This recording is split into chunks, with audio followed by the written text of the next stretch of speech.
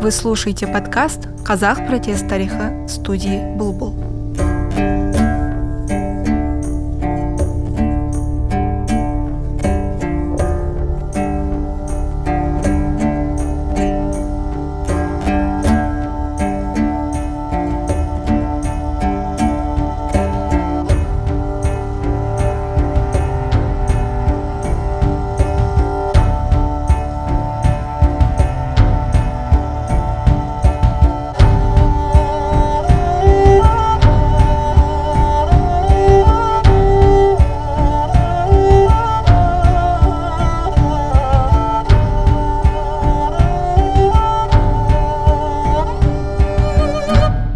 Этот подкаст рассказывает историю протеста как политического и социального жеста в Казахстане с момента образования казахского ханства до 2022 года. Слово «казак» в названии не ограничивает рассматриваемые нами явления до сугубо одной этнической группы. Слово «казахский» здесь отсылает к тому, что это тоже часть истории Казахстана. Данный подкаст предназначен исключительно для информационных целей, основанной на информации из открытых источников и личных исследованиях. Подкаст не преследует цели разжечь межэтническую или иную рознь, как и не призывает к конфликтам. Вся информация предоставляется в образовательных целях для понимания исторических событий. Эволюция протеста в Казахстане. От независимости до Жанаозена. Текст написал доктор политологии и профессор университета КИМЭП Нурсиит Ниязбеков. Текст читает Айсулу Тойшибек. Дисклеймер. Любая акция публичного протеста является примером политического действия и участия гражданина в политической жизни страны. В данном контексте термин «неполитический протест» означает протест, где требования носят неполитический характер. Хоть эти требования адресованы политикам, сама природа требований не касается сугубо политической тематики. Например, протест за освобождение незаконно осужденных активистов классифицируется автором как политический протест. В то же время протест против жестокого обращения с животными или против незаконного сноса дома автор обозначает как неполитический протест. В этом эпизоде речь пойдет о социальных движениях. Социальные движения – это коллективные действия, которые совершаются усилиями отдельных индивидов или групп. Участники и участницы определенных социальных движений связаны общими идеями и представлениями. Они видят перед собой задачу отстоять собственные интересы, добиться изменений или, наоборот, помешать определенным изменениям в жизни общества. В отличие от ряда других форм гражданского общества, социальные движения неформальны и развиваются вне существующей системы политических институтов. Долгие годы Казахстан считался островом стабильности в Центральной Азии, благодаря предсказуемости своих политических и экономических курсов развития. Однако события Канда-Кантар, шокировавшие всю мировую общественность, ярко показали, что в Казахстане не все так безоблачно. Январские события примечательны не столько самой протестной мобилизацией, сколько жестокостью, с которой правительство подавило массовые демонстрации по всей стране.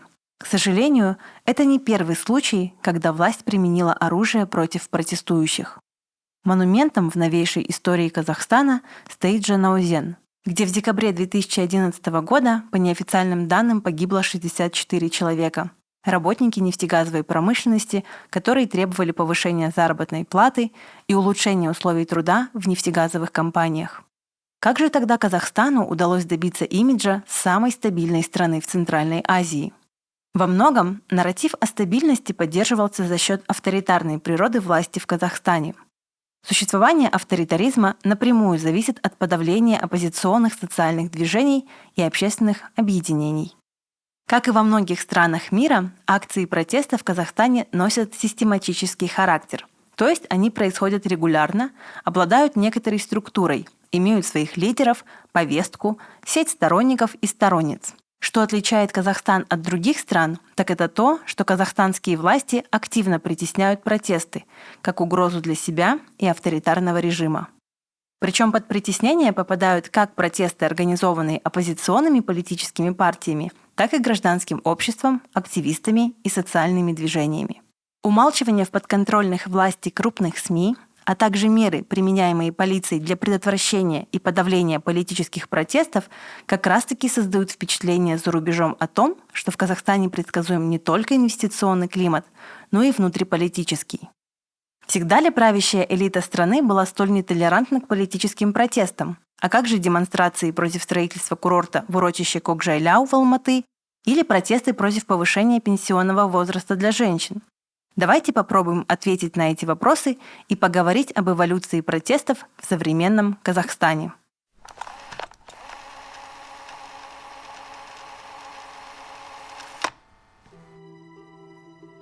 Эйфория независимости и социально-экономический кризис. Развал СССР и внезапное обретение независимости в конце 1991 года застало казахстанское общество врасплох. Радость от независимости быстро сменилась страхом и паникой общественности перед неопределенностью курса развития страны и углубляющимся социально-экономическим кризисом. Мы куда катимся, не знаю, да? Но я хочу сказать одно, не завидую такой жизни, да? Чай взял, масло взял, маргарин взял, все это прочее. Поймите, куда цены, когда будет предел, беспредел вот это, в конце концов. Эта всеобщая фрустрация вылилась в резкий всплеск протестной активности среди политических и гражданских объединений, а также среди граждан, не состоящих в каких-либо объединениях. Помимо появления новых проблем, например, растущих цен на продовольствие и задержек в выплатах пенсий и пособий, на авансцену вышли проблемы перестройки и жельтоксан. Так, протестующие в разных уголках Казахстана требовали прекратить спекуляцию хлебом, восстановить СССР, сохранить статус русского языка, увеличить представительство казахов в государственных структурах, остановить сепаратистские настроения на севере республики и многое другое. Информация о количестве протестов и их характере собрана автором текста Нурсиитом Ниязбековым из казахстанских газет, в которых выходили заметки о событиях с 1992 по 2009 годы. Это газеты «Бырлесу», «Караван», «Караван Блиц», «Время» и «Свобода слова». Подавляющее большинство протестов в 90-е, митингов, забастовок, голодовок, пикетов и маршей носили социально-экономический характер. На втором месте по частоте находятся политические протесты по таким недовольствам, как распуск Верховного Совета, задержание гражданских активистов, нечестные выборы, коррупция и так далее. Их пик пришелся на 1996 год, когда по стране произошло более 120 акций протестов. Особое внимание следует уделить межэтническим протестам в многонациональной республике.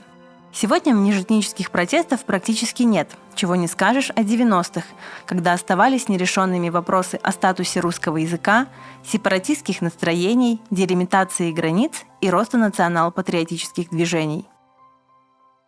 По сравнению с сегодняшними методами борьбы с оппозицией в Казахстане, в начале 90-х у Назарбаева не было достаточного авторитета, лояльности силовых структур и, самое главное, желания подавлять инакомыслие.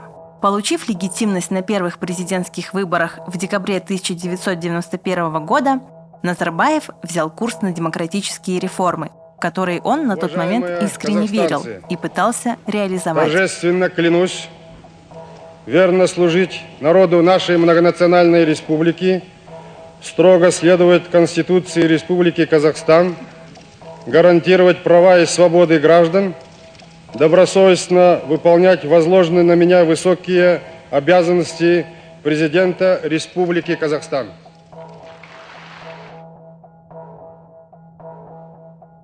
Об этом свидетельствует принятая Верховным Советом Первая Конституция Казахстана 1993 года, которая считается самой демократической из всех, принятых позже.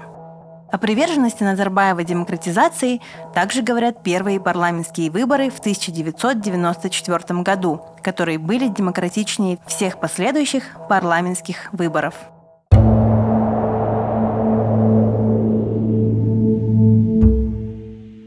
Консолидация власти и закручивание гаек. Переломным моментом в демократизации Казахстана, которая негативно сказалась на свободе массовых собраний, стал распуск парламента в 1995 году. Находящийся под давлением Запада Назарбаев всячески форсировал рыночные реформы и приватизацию, которым сильно сопротивлялись депутаты первого парламента и граждане страны.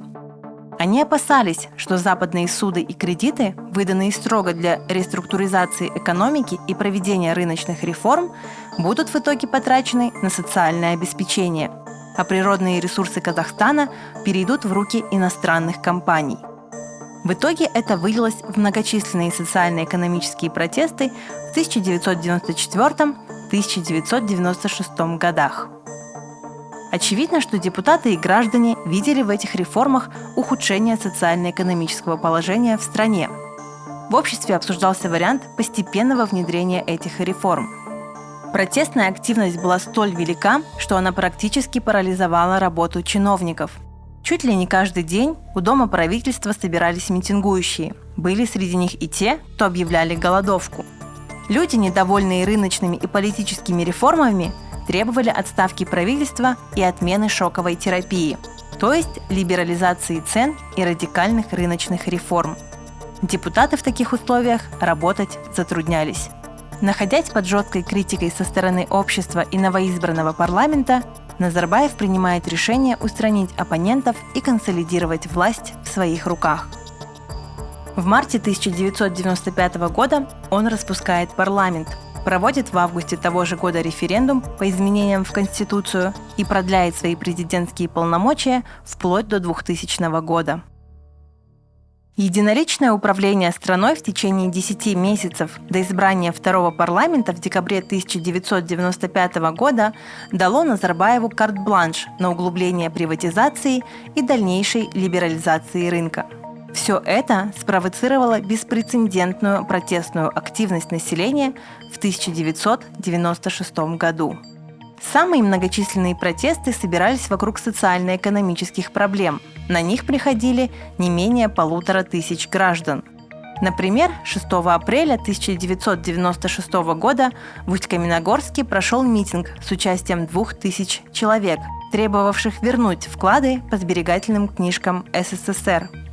В том же 1996 году, 28 июня, в городе Жанатас собралось более 2500 человек, недовольных низким уровнем жизни. В Костанае 17 октября собралось свыше 1500 недовольных отсутствием электричества, тепла и воды горожан. Из политических протестов необходимо упомянуть митинг 7 марта 1996 года в Усть-Каменогорске, где 4500 человек собрались отметить 5-ю годовщину референдума о сохранении СССР. Примечательно, что несмотря на массовые демонстрации по всей республике, власти не прибегали к силовым методам подавления протестующих. Но и работать в условиях постоянных пикетов снаружи здания правительства в Алматы было невозможно. По этой причине в 1997 году Назарбаев объявляет о республиканском моратории на проведение любых акций протеста. Запрет привел к их резкому снижению. Ухудшило положение дел и принятие закона о митингах в 1995 году, который наложил существенные ограничения на право граждан проводить мирные собрания, требуя от них проводить митинги в специально отведенных местах и просить у местных акиматов соответствующие разрешения. На снижение числа политических протестов во второй половине 90-х повлиял подкуп со стороны властей политических оппонентов, предлагавших последним должности в государственных органах. Несогласные сотрудничать с властью оппозиционеры и независимые журналисты стали жертвами судебных преследований по политически мотивированным искам, вроде уклонения от уплаты налогов или других нарушений. 1 декабря 1997 года в бишкекской гостинице 4 неизвестных в масках и с дубинками избили сопредседателя политической партии «Азамат» Петра Своика и его жену. 17 апреля 1998 года лидер оппозиционного рабочего движения Мадель Исмаилов был приговорен к году колонии за посягательство на честь и достоинство президента страны. Рост бюджета от наплыва иностранных инвестиций, а также заручение поддержкой силовых структур предоставили Назарбаеву возможность консолидировать власть и закручивать гайки на политическом поле страны.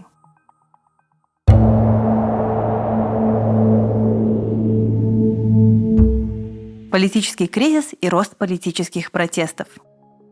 Экономическое положение Казахстана в начале 2000-х было очень благоприятным на фоне роста мировых цен на энергоносители. Первые плоды рыночных реформ 90-х также повлияли на улучшение качества жизни граждан. Правительство страны успешно реализовало банковскую, пенсионную и трудовые реформы.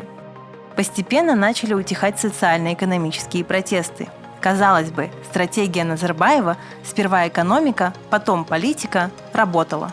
Действительно, республика достигла значительного экономического роста за первое десятилетие своей независимости. Чего не скажешь о политических реформах, которые были узурпированы Назарбаевым в конце 90-х.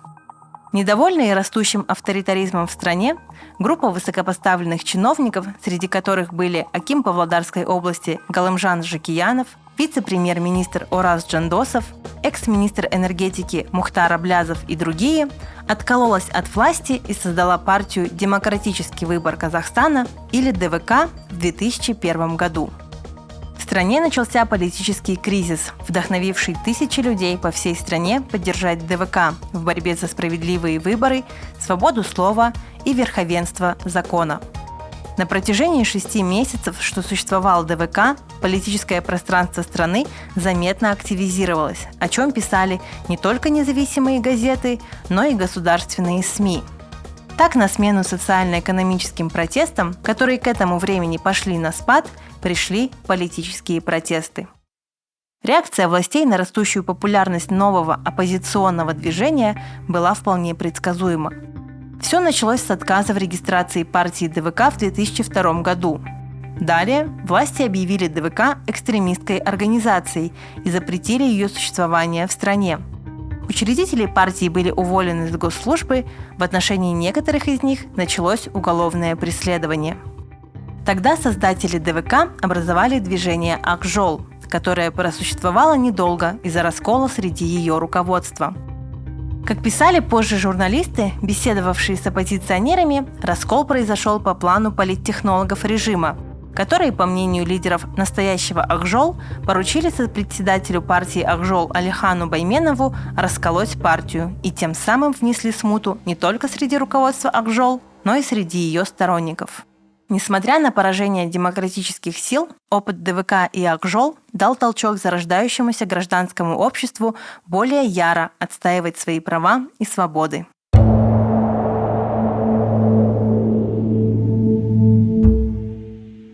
Политизация и самомобилизация.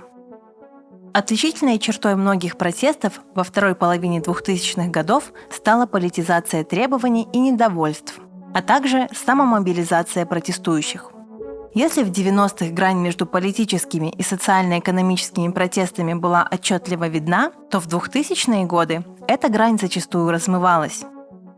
Например, более 1500 жителей микрорайона Шанрак собрались 14 июля 2006 года, чтобы защитить свои дома от сноса по решению суда, который признал, что дома стоят на незаконно захваченной земле. Среди лозунгов, звучавших на этом митинге, были не только требования легализовать участки и дома, но также требования отправить акима Алматы и Мангалита Смагамбетова в отставку. Похожий случай произошел на митинге Союза правых 10 декабря 2006 года в Алматы, где более 1000 владельцев праворульных автомобилей требовали не только отменить запрет на эксплуатацию таких машин, но и немедленной отставки действующего правительства. Подобным образом поступали обманутые дольщики строительных компаний, женщины, недовольные ростом пенсионного возраста, и другие участницы и участники протестов в те годы. Большинство экологических и социально-экономических протестов политизировались вынужденно, с одной лишь целью – добиться внимания центральной власти в решении злободневных проблем.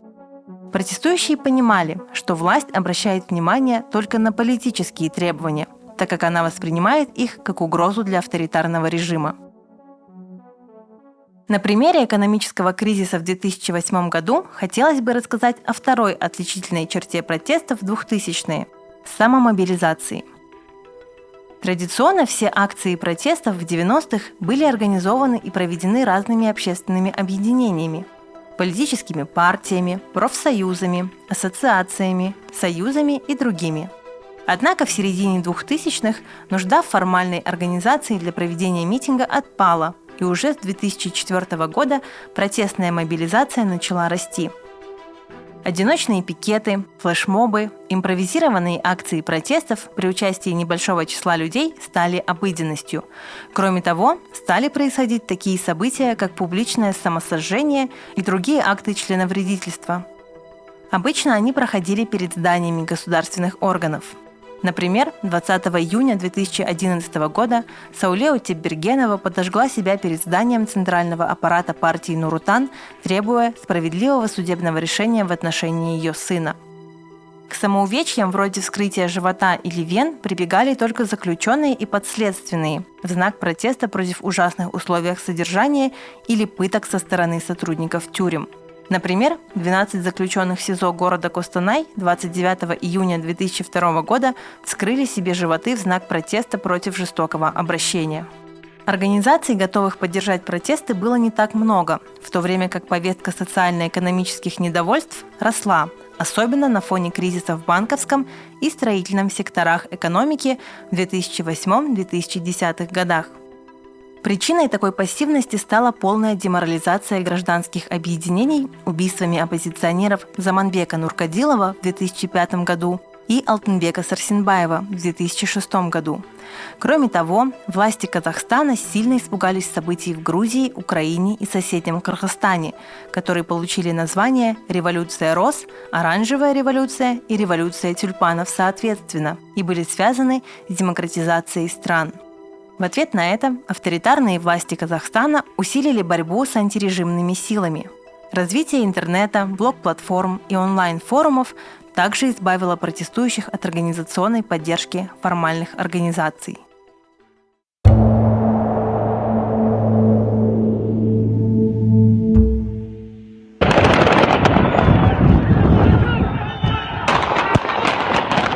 Жанаузен, 2011. Расстрел протестующих нефтяников в Жанаузене в декабре 2011 года является ярчайшим примером самомобилизации и политизации требований протестующих. Забастовка, которая началась 9 месяцами ранее, была организована самими рабочими дочерних компаний «Казмунайгаз», требовавших повышения зарплаты и улучшений условий труда. Ни профсоюзы, ни какие-либо другие формальные организации не стояли за решением рабочих выйти на забастовку. К слову, отсутствие независимого профсоюза на стороне рабочих и, соответственно, напряженность в отношениях между работодателями и работниками часто относят к главным причинам массовых забастовок. Власти республики и руководство компаний долго игнорировали требования рабочих, пытаясь вместо диалога выявить и осудить инициаторов забастовки. Митинги в таком отдалении от столицы так и остались бы незамеченными, если бы митингующие не политизировали свои требования. События приняли крутой поворот, когда 14 декабря 2011 года забастовщики потребовали отставки президента Нурсултана Назарбаева.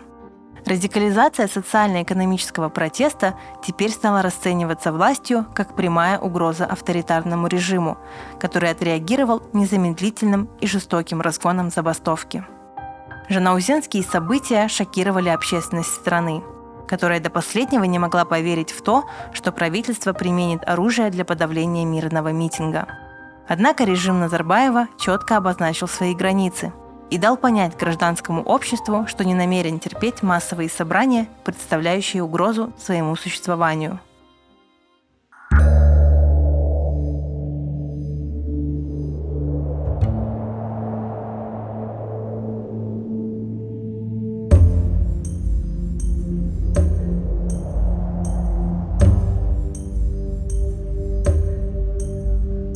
Над подкастом работали авторка идеи и продюсерка подкаста Айслу Тойшыбек.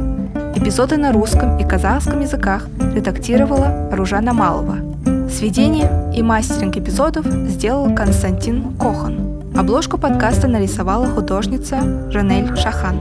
Джингл написала композиторка Асыл Алмаханова. Материалы на казахский язык перевел Фридрих Шихртке.